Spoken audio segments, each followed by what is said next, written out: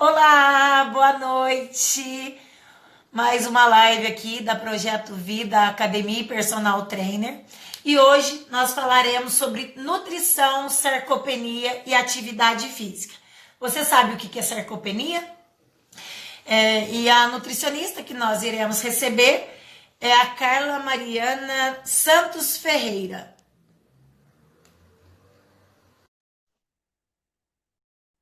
Sejam todos bem-vindos. A Úrsula, a Valdete. Oi, Carla. Oi! Tudo bem? Vamos ver aí como que vai ficar, né? Uhum, E eu também estou te ouvindo muito bem. Para mim sim. não está atrasado. Então, voltando aí, Carla, que eu não sei se deu para pegar. Então, em nome de toda a equipe da Projeto Vida, eu quero agradecer por você ter aceito o nosso convite, viu? De coração. Eu que Agora agradeço. tá certinho, Carla. Ótimo. Ah! Muito bom. Que Então, muito bom. obrigada mesmo, de coração. Sei que tá tudo corrido aí para você, mas você conseguiu arrumar um tempinho para vir falar de um assunto tão importante e que nesse momento mesmo de isolamento social, isso está se agravando, né? Então, a gente vai falar mais sobre isso. Então, de coração, muito obrigada. Ai, Vivi, eu que agradeço, né? Primeiro, assim, eu agradeço o carinho de sempre comigo, né? Que a gente, mesmo a gente não se conhecendo pessoalmente, eu acho que a gente tem uma troca aí muito legal. E eu acho que por causa de afinidades em comum, então isso é muito bacana. E assim, agradecer também por falar de um tema que eu gosto tanto, que é, na verdade, é uma coisa que eu trabalho diariamente, né? São casos que eu atendo diariamente no meu consultório. Então, eu acho que é um assunto muito importante. Eu acho que muitas pessoas às vezes desconhecem o significado do termo sarcopenia, e isso acaba Sim, fazendo com que a falta de conhecimento, muitas vezes, façam com que haja um agravamento do quadro também, principalmente em alguns grupos, né, da nossa população. Então, eu acho que isso também vai ser uma forma de esclarecer, das pessoas ficarem mais atentas dentro da própria casa mesmo, né? Então eu acho que vai ser, eu tenho certeza que vai ser muito enriquecedor. E assim, eu fico muito feliz e muito obrigada, né? Não tem nem como agradecer o convite. ah, que delícia. Cara, apesar da gente não se conhecer pessoalmente, né, como você falou aí, eu queria que você se apresentasse. Tem gente aí que não te conhece, estou vendo que tem muitos pacientes seus, pessoas, colegas aí de profissão. Então, eu queria que você se apresentasse para quem ainda não teve o prazer de te conhecer. Ai, então, né? Eu sou a Carla. Na verdade, aqui em Itajubá, a maior parte das pessoas me conhecem como Carla Ferreira, justamente porque a gente tem outras Carlas, né, que fazem atendimento nutricional. Então, como uma forma de diferenciar, eu acabei colocando o Carla Ferreira como o meu nome profissional. Isso, eu acho que as pessoas já me conhecem por esse nome. Eu me formei em 2012, no finalzinho de 2012, na Universidade Federal de Diamantina, que é a Universidade dos Vales de Jequitinhonha e Mucuri, né? Que fica no norte de Minas. Depois disso, em 2013, né, eu me casei, vim para Itajubá, vim acompanhando meu marido, que passou aqui no concurso da Unifei. Logo em seguida, eu fiz residência, né? Fiz 2 anos de residência, me especializei em doenças. Então, atualmente, o meu foco de atuação é todo voltado para tratamento e controle de doenças crônicas, né, transmissíveis e não transmissíveis. Claro que atendo alguns pacientes que às vezes é emagrecimento, mas não é o meu foco principal.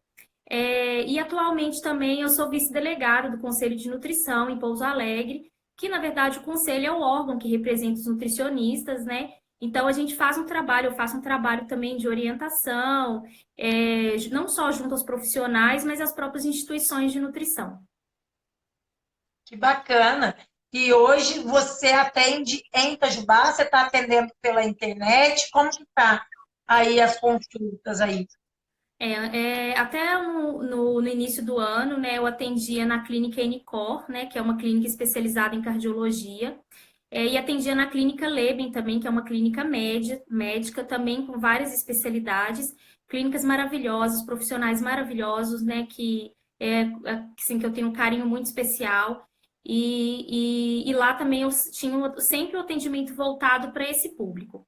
E aí, de março para cá, né, mesmo com a pandemia, eu acabei me mudando para a Clínica Pérola, né, mas mais como uma opção mesmo de eu ter um consultório pessoal mesmo, justamente para eu conseguir atender o meu, né, as pessoas que estavam vindo buscar atendimento, já que minha agenda estava ficando muito cheia e eu não estava conseguindo comportar todo mundo nos horários que eu tinha disponíveis. Então, atualmente, eu atendo na Clínica Pérola, que é ali próximo ali do Laboratório Bio3, com a liberação, agora com a pandemia, com a liberação de CFN para consultas online. Eu também tenho feito consultas online, então é uma oportunidade para as pessoas, né, que não estão aqui, né, que estão em outros lugares, por exemplo, do Brasil também, para terem esse acesso. Então, assim, enquanto o CFN, né, mantém liberadas as consultas, eu estou fazendo atendimento, então é tanto online quanto presencial. Ah, legal, gente. Então, ó, quem estiver precisando aí de uma nutricionista, a Carla, eu recomendo, viu? Que ela é muito boa. Eu tenho alguns alunos que tratam com você, né? Que fazem o acompanhamento com você. Inclusive, hoje, uma me falou, nossa, ela que você trabalhou no hospital, né? E Isso. que você é maravilhosa. Então, Ai. fica a dica. Carla, então vamos lá, vamos falar que eu estou cheia de coisas para a gente tratar aqui. Então eu Sim. quero começar a perguntar para você poder passar para as pessoas aí o que exatamente vem a ser sarcopenia. Né, a gente está falando aí e colocamos o título da live disso, né? Uhum. Nutrição versus a sarcopenia versus atividade física. Então, o que vem a ser sarcopenia? Sim. Na verdade, a sarcopenia, ela nada mais é do que, né? É o que? A perda de uma perda natural e progressiva da massa muscular. Só que essa perda não é só uma perda de massa muscular, é uma perda de massa muscular, só que associada com perda de redução da força e da resistência também. Então, o que que acontece? Muitas pessoas, às vezes, não sabem a diferença dos termos, né? Por exemplo, várias pessoas, elas têm uma perda progressiva dessa massa muscular, só que às vezes essa perda ela não está associada também com a diminuição da força. Então, quando essa perda ela é isolada, a gente classifica como miopenia. Na verdade, a gente não classifica como sarcopenia. A sarcopenia, então, é a associação dos dois. É a perda da massa muscular, que é uma perda progressiva, ou seja, não é uma perda de uma vez, assim, num curto período de tempo, então é natural e progressiva, e geralmente com associação dessa perda de força e de resistência muscular. Certo? E qual é o grupo que é mais acometido pela sarcopenia? Então, a sarcopenia, por ser um processo natural e progressivo, geralmente atinge mais os idosos, né? Então, atualmente, né, eu até andei olhando os dados, se a gente for pensar, 15% da nossa população, em torno de 15% da nossa população, tem diagnóstico de sarcopenia, mas são aqueles idosos que estão entre 60 e 70 anos. Mas grande parte da sarcopenia, ela comete os indivíduos acima de 80 anos. Né? Então, se a gente for pensar, são os pacientes mais idosos mesmo.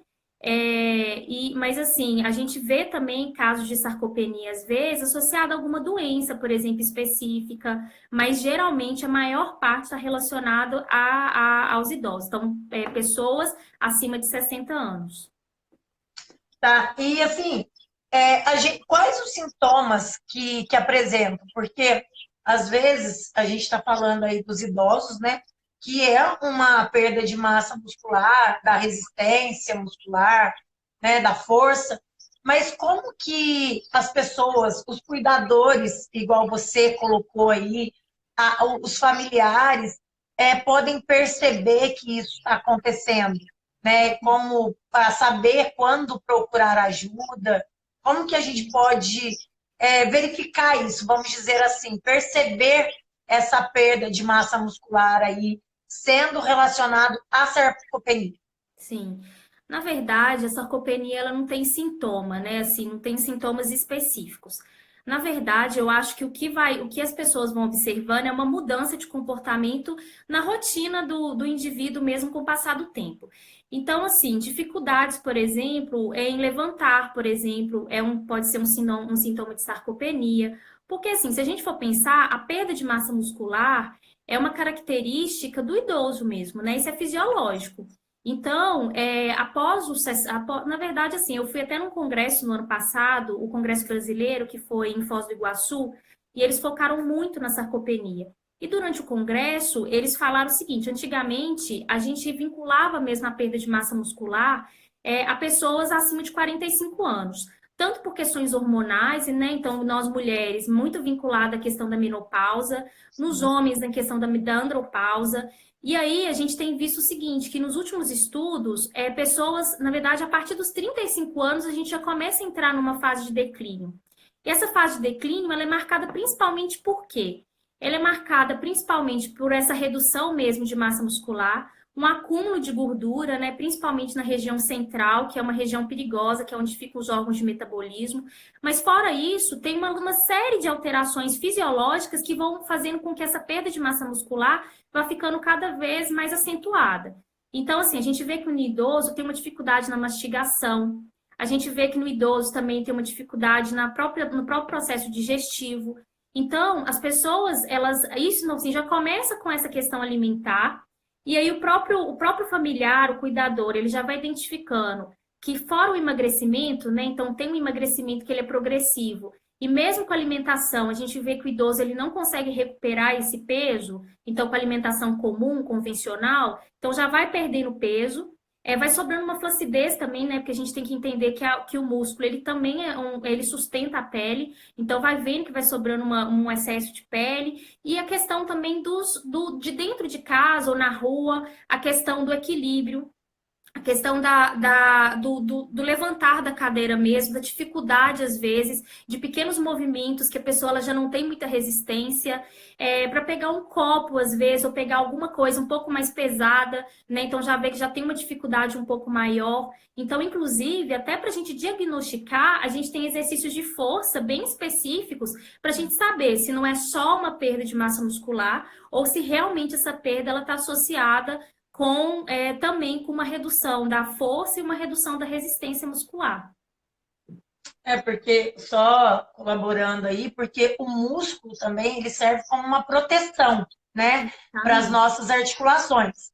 Então, assim, além, né, da agilidade do idoso, ou então de força também, o músculo, ele serve como essa proteção para evitar dores, né? Ele serve uma proteção para o joelho, então a gente faz o trabalho de fortalecimento, que é o de ganho de massa muscular, na coluna, então a gente também vai vendo isso, além inclusive da postura, né? Que o idoso, ele vai perdendo essa massa muscular, ele vai adquirindo uma certa postura, porque já não tem aquele músculo para sustentar na posição ereta, né? Então, isso vai gerando outros problemas, né? Como problemas na coluna, dores, etc. Então, é bem interessante até o risco de queda também, né? O quanto é importante a prática da atividade física, que a gente vai falar já já, e também de uma boa alimentação. Né? Então, muito legal. E assim, como a gente estava falando no começo, muita gente não sabe o que é, né? Então, assim, hoje, a gente aqui, ouvindo isso, nós temos hoje já temos 21 pessoas que estão ouvindo. Se mudar a forma, né, de se alimentar, a forma de cuidar do corpo, não só como uma questão estética, mas exatamente como prevenção, para que a gente, porque é natural, né? Vai acontecer? Vai. Mas o que a gente pode fazer para minimizar isso? Né? E às vezes, assim, e outra coisa, eu acho que quando a gente pensa nessa questão do envelhecimento, até a gente já entra, inclusive, no conceito da sarcopenia, né? Na verdade, o conceito, mas a gente entra também na classificação da sarcopenia. Então, por exemplo, quando a sarcopenia, ela pode ser classificada como primária e como secundária. A sarcopenia primária é aquela que é natural, que é realmente do envelhecimento. Então, assim, é claro que a gente tem como a gente diminuir a probabilidade da gente ter sarcopenia, né? Então, assim, a perda de massa muscular, ela é fisiológica, mas é o que você falou. É desde que a pessoa, às vezes, ela seja sedentária, que ela não se preocupe com a alimentação desde cedo. Então, isso é uma consequência também de escolhas que a pessoa ela foi fazendo ao longo de uma vida inteira. Mas a sarcopenia, ela também pode ser classificada como sarcopenia secundária, que geralmente está relacionada ao quê? Está relacionada à questão da atividade física, né? Então, assim, uma pessoa que ela é sedentária, uma pessoa, por exemplo, que é acamada, então isso acaba aumentando a probabilidade dela ser um sarcopênico. A questão do uso, às vezes, de medicamento a longo prazo. Quando a gente fala os corticoides, geralmente eles têm uma relação muito direta com isso. Às vezes a polifarmácia também, então quando você tem a pessoa, o indivíduo, ele usa, o idoso geralmente ele usa muitos medicamentos, então esse tanto de medicamento associado acaba reduzindo muito o poder absortivo, então a gente fala da interação medicamento-nutriente, então a gente acaba diminuindo muito a absorção das vitaminas, dos minerais, dos macronutrientes, inclusive da própria proteína. Então, isso faz com que a utilização desses nutrientes pelo organismo fique muito reduzida, o que acaba aumentando também a probabilidade da perda de massa muscular. Geralmente, doenças associadas. Então, por exemplo, a gente tem algumas doenças que acabam gerando um quadro de anorexia, por exemplo, e que pode vir também a gerar um quadro de sarcopenia. Então, inclusive, o próprio câncer, doenças pulmonares, por exemplo, doenças cardíacas. Só que é claro que nesses casos, além da sarcopenia, a gente acaba envolvendo também, assim, uma outra terminologia que é a caquexia, né? Então, às vezes, tem muitas pessoas que não sabem diferenciar sarcopenia de caquexia. Então, a gente tem essa diferença também, acho que é importante falar. A sarcopenia, na verdade, quando a gente fala, é o quê? É uma perda de massa muscular progressiva e natural, né, a longo prazo, né, que a gente fala, mas com associação de perda de força e resistência. No caso da caquexia, é uma perda rápida de massa muscular, então em um curto período de tempo a pessoa ela perde muita massa, geralmente associada a algum tipo de doença específica. Então doenças cardíacas levam à caquexia, doenças pulmonares, tipo DPOC, levam à caquexia. Então, doenças que são extremamente catabólicas, ou seja, que a gente tem uma queima de massa muscular muito grande, né? Então, só que geralmente a caquexia, ela não é só a perda, ela está associada também à falta de apetite, ela está associada à diarreia, às vezes ela está associada a alguns outros sintomas que não é o caso específico da sarcopenia, né? Então, isso a gente tem que diferenciar um pouquinho. E no caso também, por exemplo, da sarcopenia secundária, ainda tem a relação, por exemplo, dessas doenças, também tem uma relação muito direta com o aumento das citocinas inflamatórias, né? Então, isso acaba gerando esse quadro catabólico que faz com que haja uma evolução dessa perda, tanto de massa quanto de força e de resistência.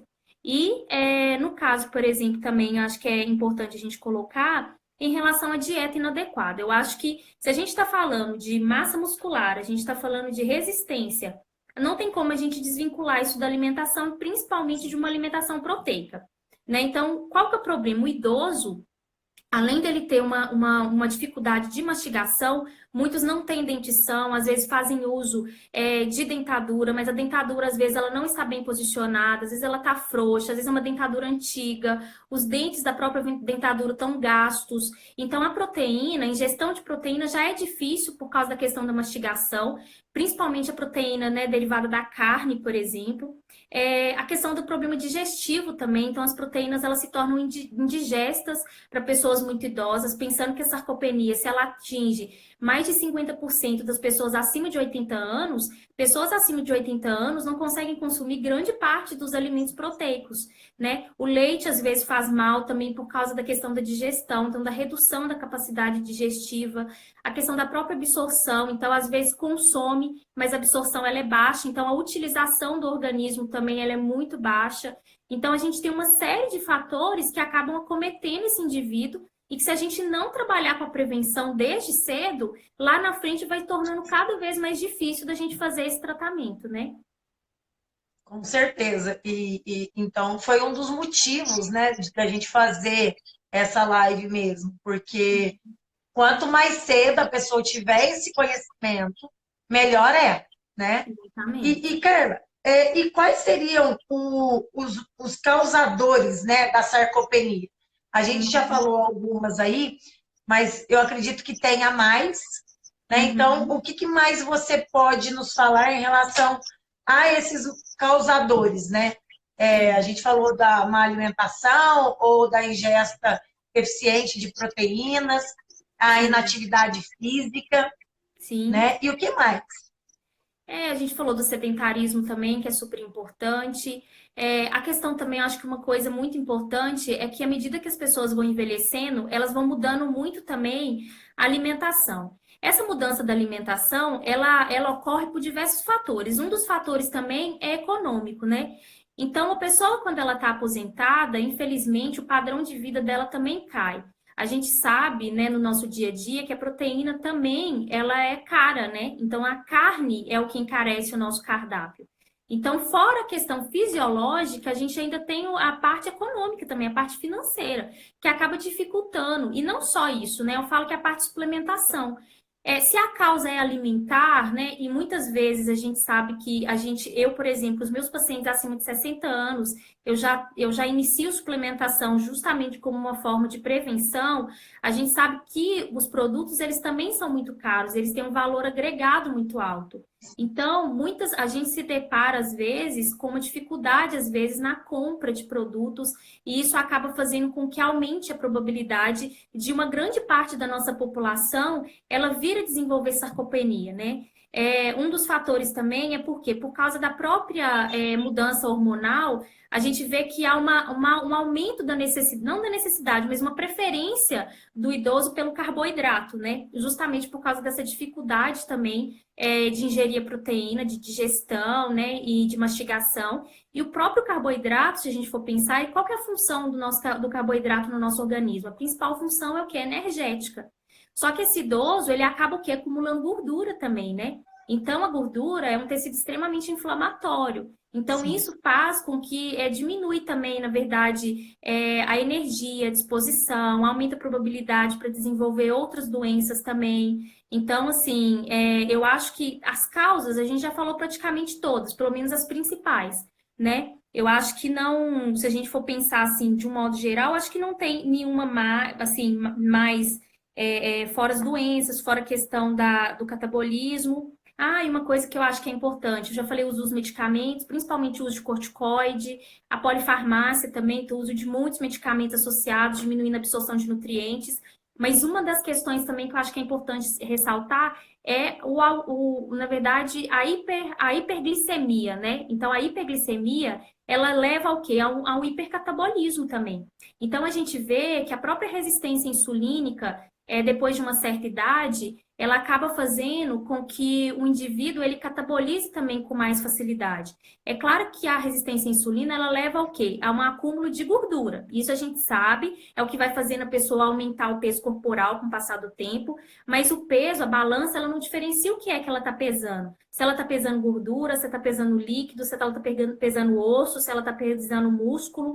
Então, às vezes, o que acontece? Há um aumento desse tecido gorduroso, e às vezes uma redução significativa da massa muscular, que faz com que também, como a gente está falando de resistência, acaba fazendo com que, às vezes, muitos idosos, porque quando a gente pensa de sarcopenia, as pessoas já imaginam aquele idoso emagrecido, aquele idoso, assim, Sim. muito baixo peso. Mas não, a gente tem idosos, sobrepeso, obesidade, que também são sarcopênicos, né? A gente não está falando de composição do todo, a gente está falando de perda de massa, mas às vezes a gordura corporal ela tá ali em excesso, né? Eu acho também, né, porque é uma área que a gente também trabalha bastante, que exatamente a queda também da testosterona, do estrogênio, né, Uhum, que são essas disfunções hormonais que estão totalmente relacionadas ao aumento da massa muscular também, né? exatamente. Também a deficiência de vitamina C também. Então, assim, são coisas que hoje, durante essa pandemia, que está tudo envolvendo aí vários, né, que a gente pode, processos aí de relação até da vitamina C, da gente cuidar do nosso sistema imune, também pela inatividade física, a gente fica muito tempo parado, né? Então, que vai ser até a próxima pergunta. De que maneira, né, esse isolamento social, Carla, do seu ponto de vista, ele pode influenciar nessa progressão da sarcopenia, né? Sim, Então, a gente é uma coisa linkando a outra aí, né? exatamente. Então, eu acredito que você possa colaborar bastante respondendo essa pergunta para a gente. E na hora que entrar a parte de atividade física, aí eu dou os meus pitacos, tá? Ai, maravilhoso, maravilhoso. Porque não tem como falar de sarcopenia sem falar de exercício, né, de atividade. Tanto que, assim, eu não me atrevo a falar de atividade, né? Eu acho que, assim, a gente sabe o mínimo, o básico, mas eu acho que é porque realmente uma coisa está linkada à outra. Mas eu acho que o conhecimento mesmo, quem tem são vocês, né? Então, por isso que eu achei tão interessante a gente dividir esse assunto, porque realmente não tem como dividir, não tem como falar de sarcopenia sem falar do exercício físico. No caso do isolamento social, eu acho que o grande problema é a parte de mobilidade mesmo. Acho que quando eu falo tanto de deslocamento assim, porque o idoso, ele já fica muito dentro de casa, mas eu acho que agora o fato de isolar, isso faz com que ele fique mais restrito mesmo. Restrito dentro de casa, restrito às vezes na cama, por exemplo. Isso acaba diminuindo a mobilidade dele. Então, por exemplo, né, eu tenho uma irmã fisioterapeuta, né, a Camila, ela até colocou uma pergunta ali pra gente, daqui a pouco eu É, respondo. nós vamos responder já Vamos já. responder. Então, assim, até né, na própria fisioterapia, né, tem exercícios que faz com o idoso dentro de casa mesmo, para quê? Para ele melhorar o passo, por exemplo. Então, por exemplo, quando o passo ele vai ficando muito curtinho, isso aumenta o risco de queda. Mas essa questão do passo, ele tem que ir exercitando, ele tem que ir fazendo isso tem que ser estimulado. Às vezes, com o fato dele ficar muito dentro de casa, isso acaba potencializando, às vezes, ou acelerando a redução da mobilidade. Isso também, às vezes, a questão, por exemplo, muito idoso faz pilates, muito idoso faz algum tipo de exercício físico, faz hidroginástica, por exemplo, por não estar podendo fazer exercício físico, atividade física, isso acaba acelerando também a perda de massa muscular. Os meus pacientes, a principal reclamação deles é qual? O acesso aos alimentos, né? Então, como eles não podem sair de casa porque eles são um grupo de risco e a própria família não permite que eles saiam de casa, eles ficam muito mais dependentes de outras pessoas para comprar as coisas para eles. Então, eu falo desde ter uma alimentação equilibrada. Então, muitos deles têm diminuído muito a ingestão de fruta, muita ingestão de verdura, de legumes, que também melhora o sistema imunológico, eu acho que melhora o organismo como um todo. A questão da própria proteína, então, assim, eu acho que acaba também sempre não tendo uma variedade muito grande no cardápio. Alguns que fazem uso de suplemento também acaba diminuindo muito eles não conseguem ter acesso tão fácil também. Às vezes o filho esquece de comprar. Então, acho que tudo isso, então, eu acho que teve aí uma queda, tanto no perfil alimentar, né? Quando eu falo de variedade, de qualidade, e quantidade também. Principalmente no jantar, né? Então, o jantar é uma refeição extremamente importante para o idoso.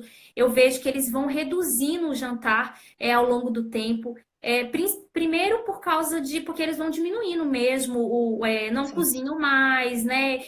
Acaba a questão da digestão também à noite é pior, então acaba trocando para um lanche mais leve, só que a gente tem que pensar que durante o sono também o corpo ele continua gastando energia, então a gente vê uma aceleração do catabolismo, principalmente nesse período noturno, a questão do exercício físico, então não tem um estímulo muscular constante, então a gente vê que tem uma perda de massa grande e um acúmulo de gordura também que é inflamatório, aumenta as citocinas inflamatórias, e isso acaba fazendo com que o quadro de sarcopenia ele acabe surgindo, né, muito antes, talvez, do que Sim. realmente deveria. E pensando nisso, Carla, né, da inatividade física, porque muitas vezes a gente está com os nossos pais mais idosos em casa, a gente também em casa, a gente quer fazer tudo por eles, né? Quer pegar um copo, quer fazer um chá. Então, assim, até pelo amor que a gente tem a eles, é interessante a gente também dar essa atividade para ele.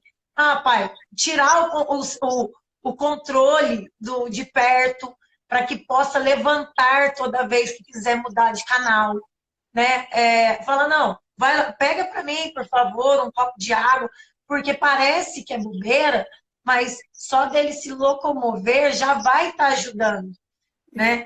E pensando nisso também, até a gente lançou ontem um programa que a gente intitulou como Personal Delivery, né? Que legal. Exatamente porque como as academias estão todas fechadas, a gente foi tendo retorno de alunos que, Vivi, começou a doer a coluna, eu estou ficando muito tempo parado, o joelho voltou a doer, né? Pessoas idosas também falam, eu não tenho muito espaço para caminhar, moro em apartamento. Então, hoje, a Projeto Vida, ela montou isso para que o próprio profissional, né, capacitado para fazer isso, vá na casa das pessoas com todo o cuidado de máscaras, álcool e tudo que tem que levar em consideração para exatamente manter isso, porque já são quase 4 meses as pessoas paradas. A gente tentou fazer vídeos, mandar vídeos, a gente tentou fazer chamada ao vivo com a pessoa ali, só o instrutor e ela. Então, assim, a gente está postando na última cartada que é isso, porque a outra é só se a gente fizer pela pessoa, né? Então, assim, porque exatamente a gente vai ver que a tendência é só piorar. A gente está se cuidando por conta do isolamento social, mas outros problemas podem vir surgir, que no caso até adiantar aí o processo da sarcopenia, porque para totalmente, né? Exatamente. Ou acelerar mais esse processo. Então, fica aqui a dica de, pelo amor mesmo aos idosos, deixar que eles façam a comida, deixar que eles tenham, vamos lá, pega ali, faz isso, coloca essa roupa no varal para mim. Parece um descuido, mas não é, né? São atividades comuns, funcionais, né? Que o de levantar e sentar, igual você falou, a gente ativa vários grupos musculares aí que vão ajudar a evitar outros problemas, né? Então, Não tirar a eu autonomia acho deles, bastante né? interessante isso. Oi?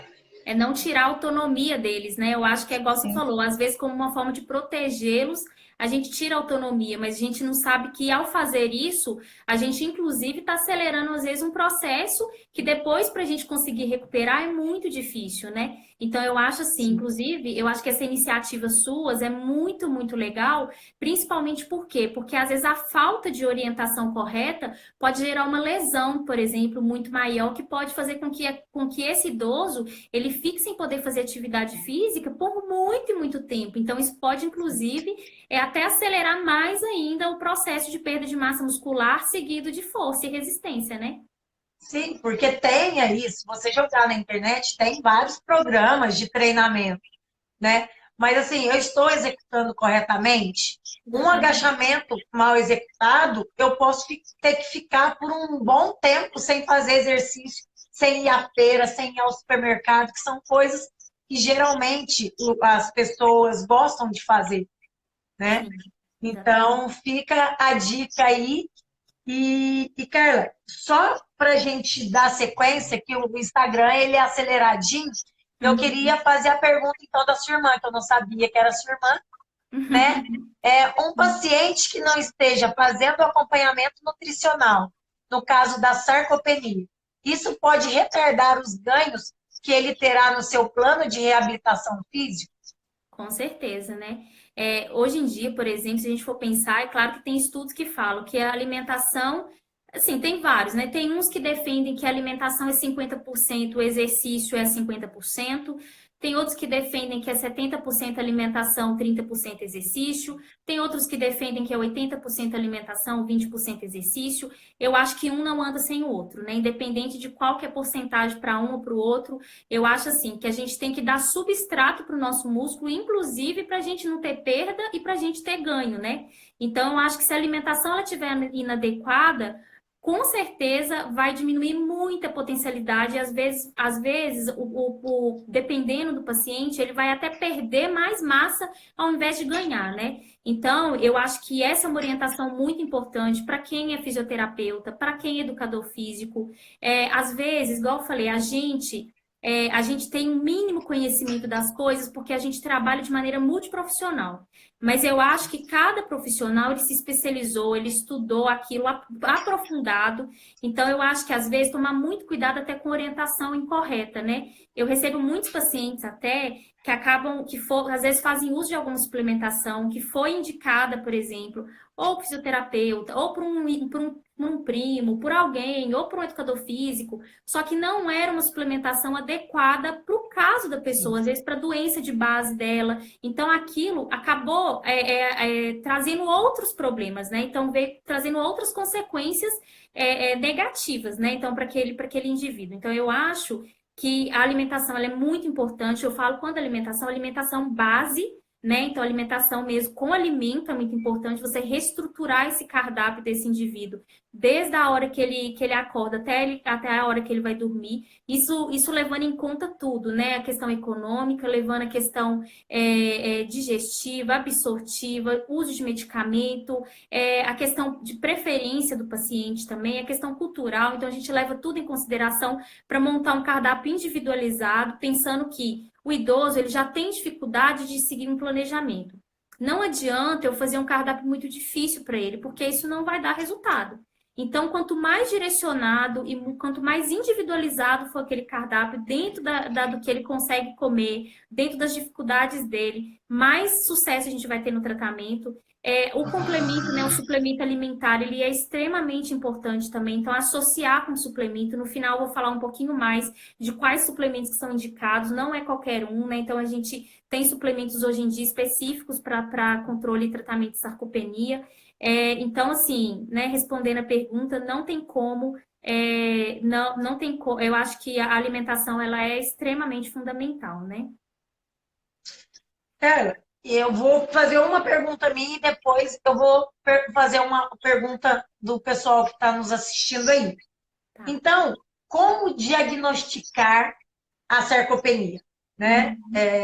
Existe alguma ferramenta, algum exame? Como que eu devo saber se já estou perdendo, se está no nível, se eu estou no nível que seria considerado normal, né, da perda através da minha idade? Existe alguma coisa nesse sentido aí?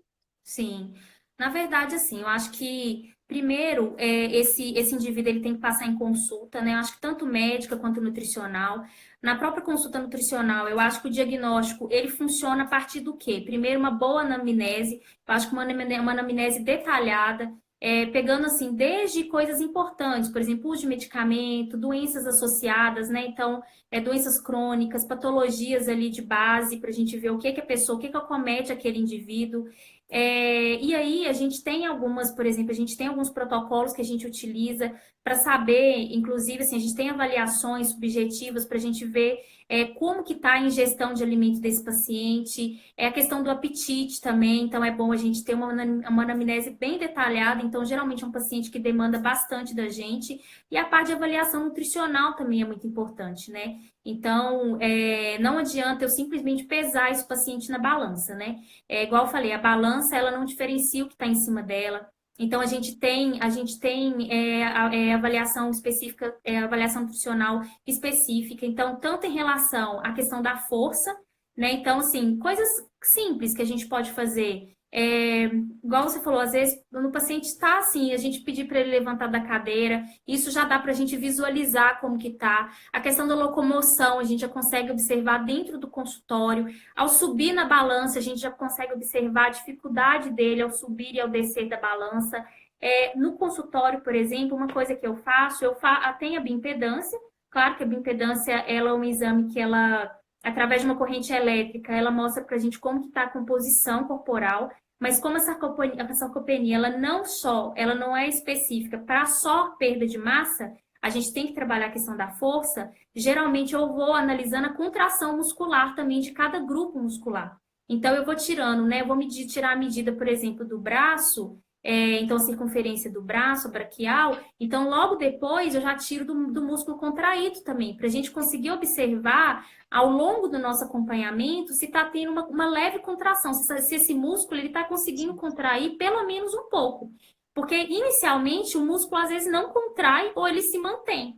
E depois, com o passar do tempo, a gente vai vendo até para ver se o tratamento ele está sendo efetivo, a gente vai evoluindo a gente vai repetindo essa avaliação no consultório para a gente ver se essa resistência ela começou a aumentar um pouquinho. Inicialmente eu faço isso, mas eu sei que tem outros. Hoje em dia a gente tem aparelhos também nutricionais, aparelhos antropométricos específicos para avaliação de força e de resistência. A gente tem também para ver também, a gente tem aparelhos que medem a questão de ossatura e tudo que também é importante para a gente fazer diagnóstico de sarcopenia. Mas assim, eu acho que é até uma coisa que eu vou passar a investir daqui a um tempo, né, no meu consultório. Mas inicialmente a gente faz o diagnóstico com o básico, que é a anamnese bem detalhada. Sempre também esse paciente ir com um familiar também é importante para esse familiar conseguir relatar as coisas que vêm acontecendo, inclusive dentro de casa, e uma boa avaliação nutricional também específica para esse tipo de patologia. Muito legal isso, cara. E até tem também a questão, até para a gente avaliar o volume de massa muscular, é a tomografia também, que hoje já tem aqui em Itajubá, também, né, que a gente avalia a quantidade de massa muscular, a quantidade de massa gorda e a gordura que está infiltrada ali dentro do músculo mesmo. Né? Então, é bem interessante. Hoje, a gente já tem aqui em Itajubá, então é bem interessante. Na academia, hoje, a gente trabalha também com a bio, né? A gente tem lá uma lá, e também tem a de antropometria, né? Mas como você mesmo disse, é levado em consideração isso. Há o músculo relaxado e a contração para ver exatamente se está havendo um aumento dessa circunferência, né? Então, são parâmetros que são baratos, vamos dizer assim, mas que também é uma forma de parâmetro para a gente poder acompanhar aí, para saber mesmo. E além de outras, como você falou, subir na balança, de fazer uma caminhada na esteira, por exemplo, né, da dificuldade. Então, a gente tem aí bons parâmetros aí. E, Carla, e de que maneira, agora, né, mais ampla aí, um tratamento nutricional pode ajudar a combater a sarcopenia? Sim. Na verdade, né, tem até uma questão que o Adson até falou, né, no caso do catabolismo, né, se é importante usar o suplemento para inibir um pouco esse processo, né? A sarcopenia, igual eu falei, claro que ela também é uma consequência desse processo catabólico. Então, na verdade, se a gente for pensar, o catabolismo, ele nada mais é do que o quê, né? É uma perda, um gasto, né, uma utilização uma utilização da nossa massa muscular como gerador direto de energia. Isso num processo de desequilíbrio, né, metabólico. Então, se a gente for pensar, o catabolismo ele pode ser gerado principalmente por alguma doença, mas ele também pode ser gerado por uma alimentação inadequada.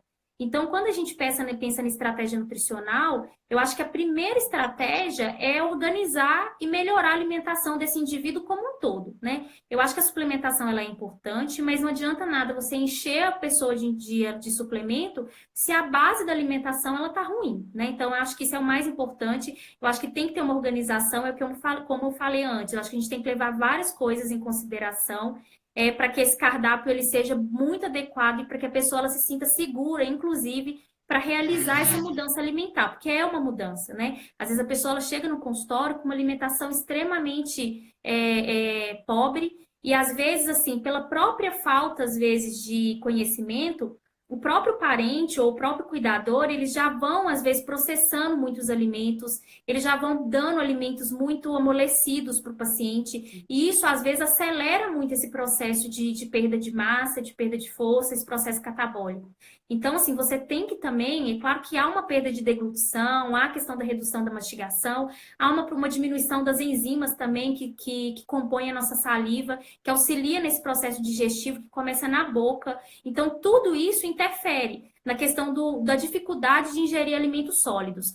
Mas uma dica que eu dou, primeiro, é nunca eliminar os alimentos sólidos desse indivíduo, a não ser que realmente eles tenham uma dificuldade deglutitória e é que aquilo faça realmente, gere algum problema maior para ele, ou seja, um risco para a saúde dele, de engasgo, de broncoaspiração. É claro que o fonoaudiólogo também é muito importante durante esse processo. Mas caso não haja, então o indivíduo ele tem um movimento deglutitório, então a gente manter pelo menos o almoço, por exemplo, com uma refeição mais sólida. Nem que seja um arroz mais cozido, por exemplo, uma carne às vezes mais cozidinha, desfiada, ou uma carne moída 2 vezes, por exemplo, né? Mas a gente priorize proteínas, também animais, de origem animal, de fácil digestão, e às vezes a gente começa a priorizar alimentos mais pastosos, às vezes mais no jantar, que a digestão realmente ela está um pouquinho mais lenta. E fora isso, as refeições intermediárias, café da manhã, às vezes priorizar, por exemplo, vitaminas, às vezes com frutas, vitamina com, às vezes, a própria aveia, por exemplo. A farinha de aveia, ela tem uma absorção, ela é uma boa fonte proteica também, tem uma absorção rápida. Mas fora isso, o que mais que a gente utiliza hoje em dia, né, em termos de nutrição?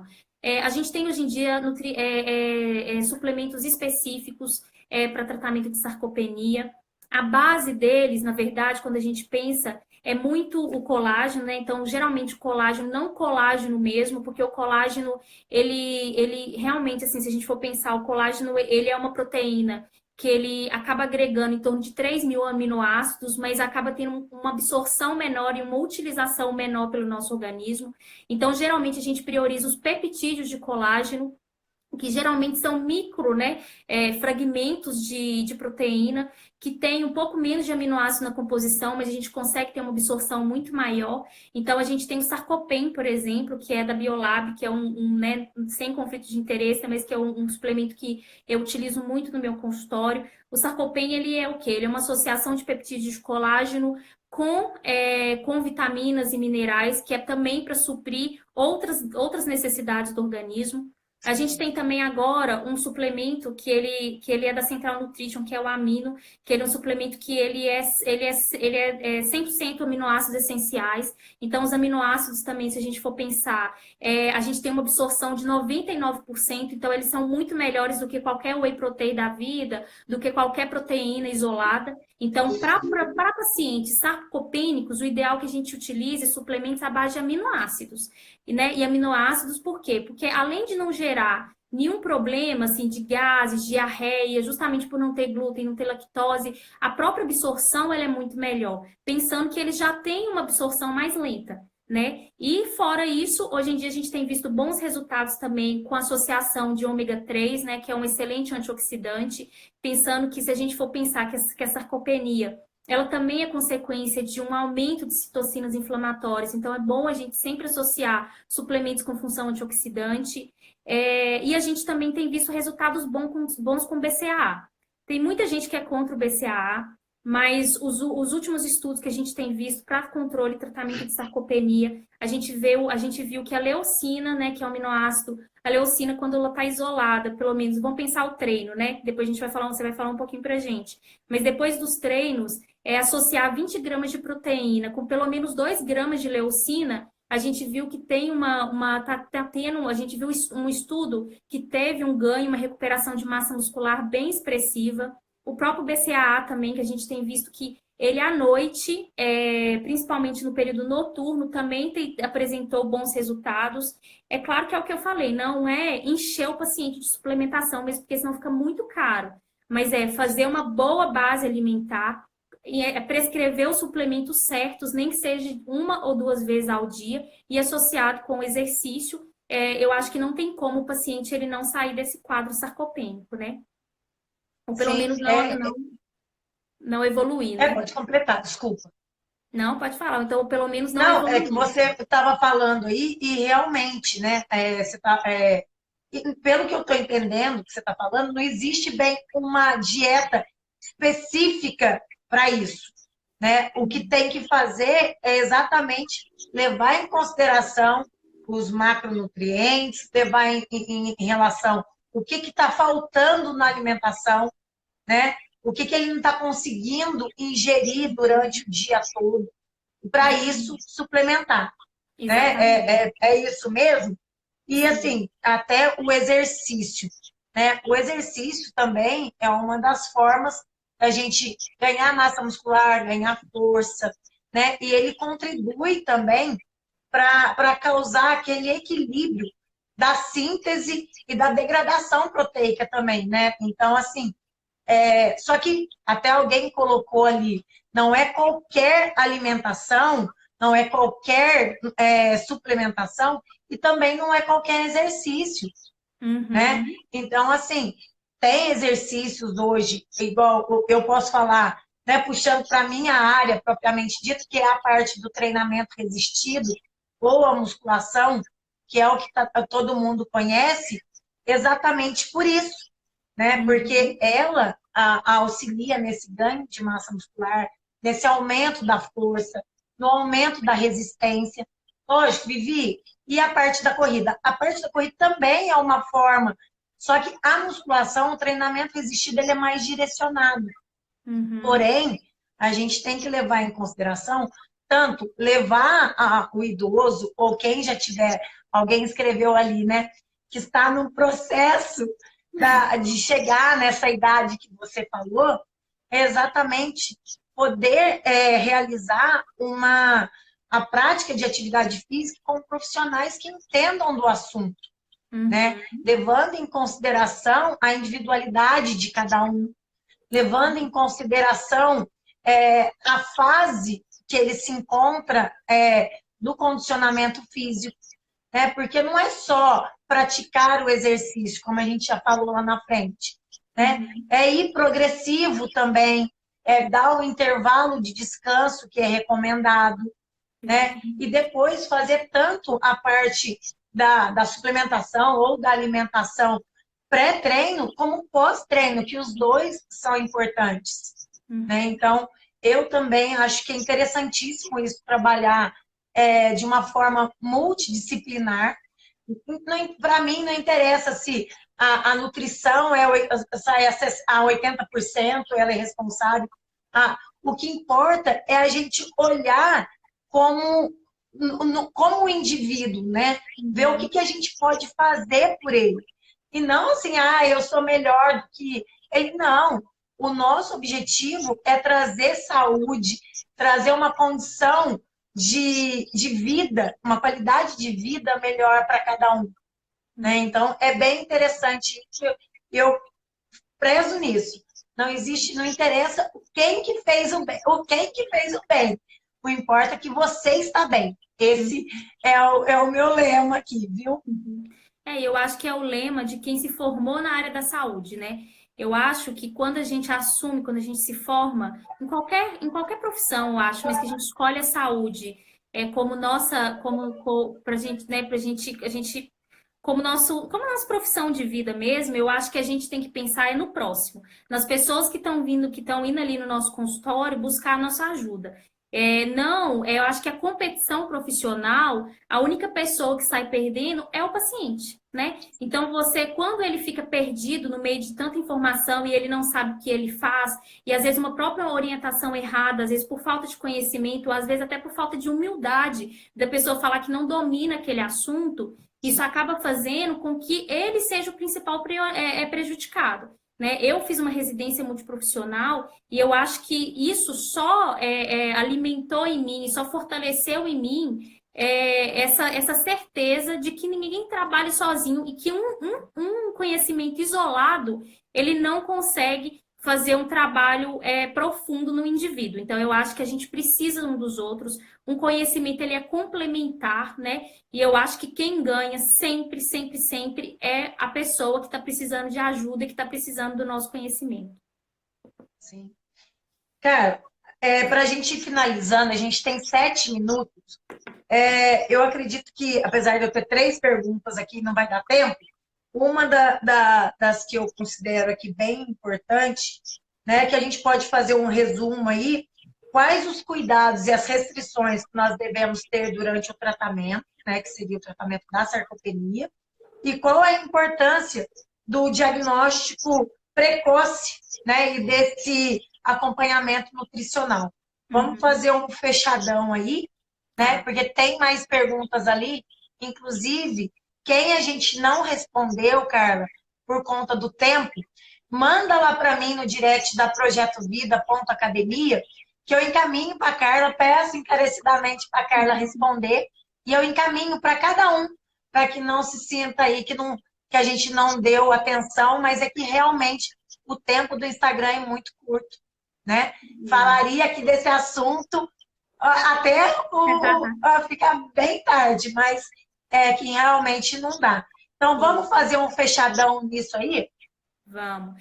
Então, acho que o principal, acho que a gente já falou da individualidade, é entender o seguinte: o idoso, que é o principal acometido pela sarcopenia, a gente tem muitos idosos que a gente tem que tomar muito cuidado dependendo da patologia de base deles.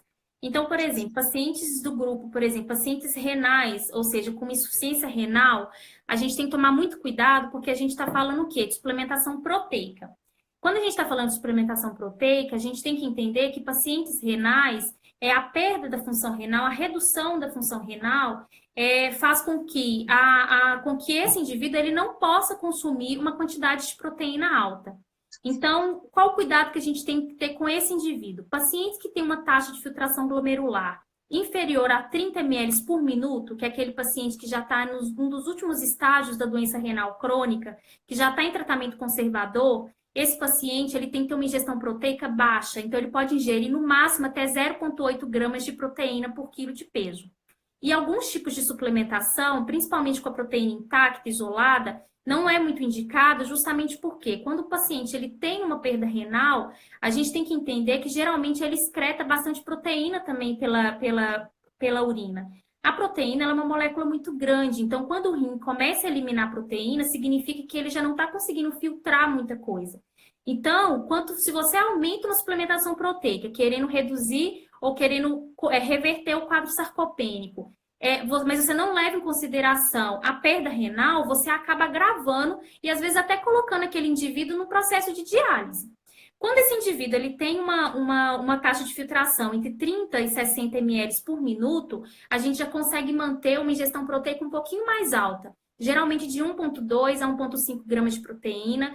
Mas assim, se a gente for pensar qual tipo de proteína, geralmente o ideal é a gente consumir sempre aminoácidos essenciais, porque os aminoácidos essenciais eles não têm capacidade de elevar, de sobrecarregar essa função renal. Então, eu acho que além da gente conseguir ter uma recuperação junto com exercício e atividade, a gente consegue também diminuir a toxicidade, né, dessa proteína para não gerar mais sobrecarga no organismo.